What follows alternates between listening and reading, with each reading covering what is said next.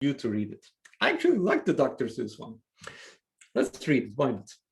No program can say what another will do. Now, I won't just assert that, I'll prove it to you. I will prove that although you might work till you drop, you can't predict whether a program will stop. Imagine we have a procedure called P that will snoop in the source code of programs to see.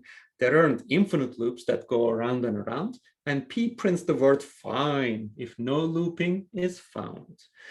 You feed in your code and the input it needs, and then P takes them both, and it studies and reads, and computes whether things will end as they should, as opposed to going loopy the way that they could.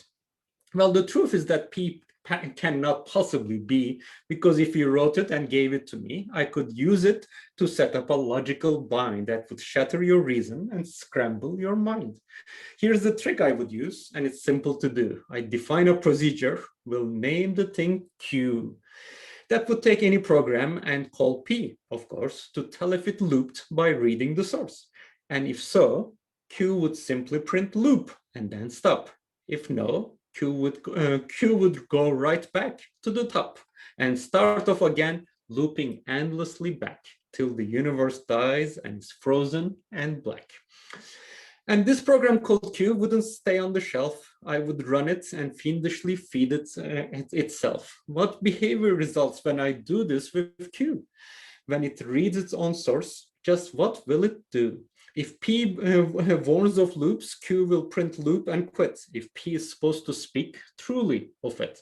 So if Q is going to quit, then P should say fine, which will make Q go back to its very first line.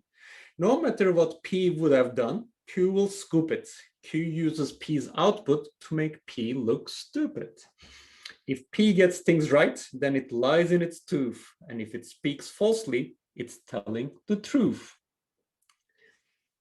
I've created a paradox neat as can be, and simply by using your putative P. When you assume P, you stepped into a snare. Your assumption have led you right into my lair.